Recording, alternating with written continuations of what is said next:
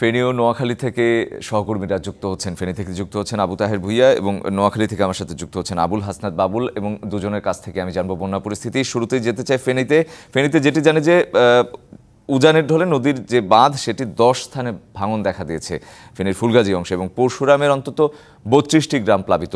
প্রশাসন কি করছে দুর্গতদের সহায়তায় জানান আমাদের আবু তাহের ভুইয়া। এখন ফেনীর পরশুরামে আপনি দেখতে পাচ্ছেন যে সেখানে পানি দিয়ে আমি দাঁড়িয়ে আছি, এবং এটা বিগত 50 বছরের মধ্যে সবচেয়ে বেশি পানি উঠেছে পরশুরাম এবং ফুলগাজীতে। গত 3 দিনের টানা বৃষ্টি এবং ভারতের উজান থেকে নেমে আসা পানির তোড়ে মুহুরী, কহুয়া, সিলোনিয়া বন্যা নিয়ন্ত্রণ বাঁধের কয়েক স্থানে ভেঙেছে।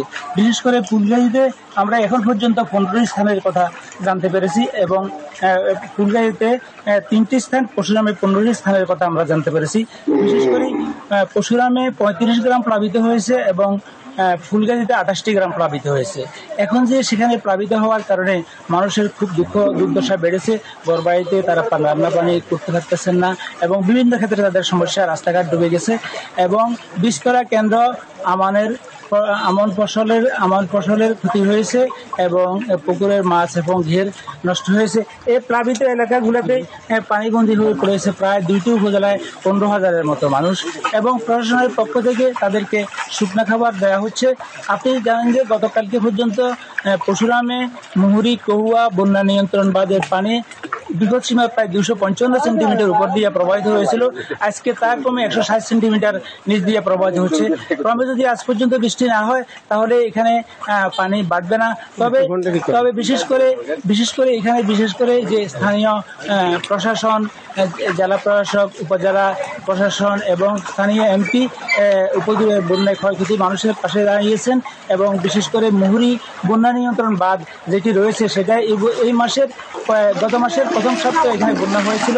এখানকার এমপি যিনি আলাউদ্দিন আহমেদ সৈয়দের নাসির, তিনি বলেছেন আগামী 3 মাসের মধ্যে এই বাঁধ মেরামত করা হবে এবং স্থায়ী সমাধান করা হবে।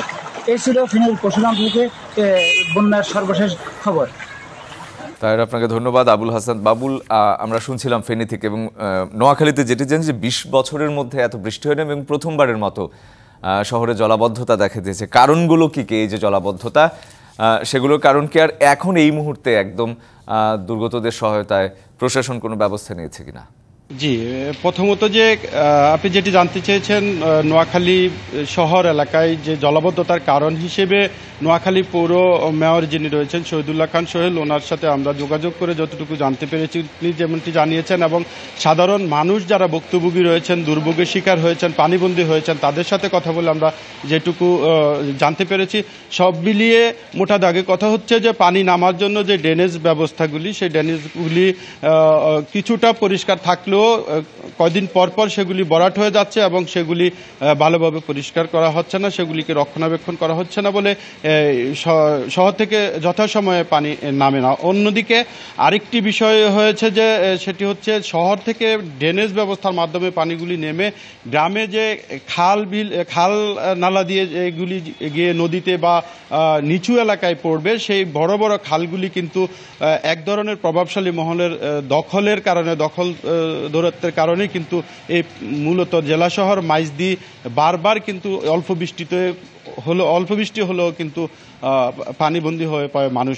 এছাড়া আপনি যেমনটি বলেছেন যে এই বিগত 20 বছরে আবহাওয়া অধিদপ্তর নোয়াখালীর কর্মকর্তা যিনি রয়েছেন তিনি যেটি জানিয়েছেন, বিগত 20 বছরের রেকর্ডে নোয়াখালীতে এই প্রথম 285 মিলিমিটার বৃষ্টিপাত রেকর্ড করা হয়েছে গত 2 দিনে, যেটি 20 বছরের ইতিহাসে প্রথম। আর সেই ভারী বর্ষণের কারণে যে মানুষ পানিবন্দী হয়ে পড়ে, যে মানুষ ভোগান্তির শিকার হচ্ছে, ঠিকমতো বাজারঘাট করতে পারছে না, অনেকের ঘরে পানি উঠে গেছে, রান্নাবান্না করতে পারছেন না, তাদের জন্য যে প্রশাসনের পক্ষ থেকে আপনি যে সহযোগিতার কথা বলেছেন, এখন পর্যন্ত আমরা প্রশাসনের পক্ষ থেকে তাদেরকে, ভুক্তভোগীদেরকে বা ভোগান্তির শিকার যারা হচ্ছে তাদের জন্য কোনো ত্রাণের ব্যবস্থা করা হয়নি। এখন পর্যন্ত সেটি আমাদের চোখে পড়েনি। তবে পানি সংস্কার, দ্রুত পানি নিষ্কাশনের জন্য পৌর মেয়রের পক্ষ থেকে এবং প্রশাসনের পক্ষ থেকে জোরালো উদ্যোগ গ্রহণ করা হয়েছে।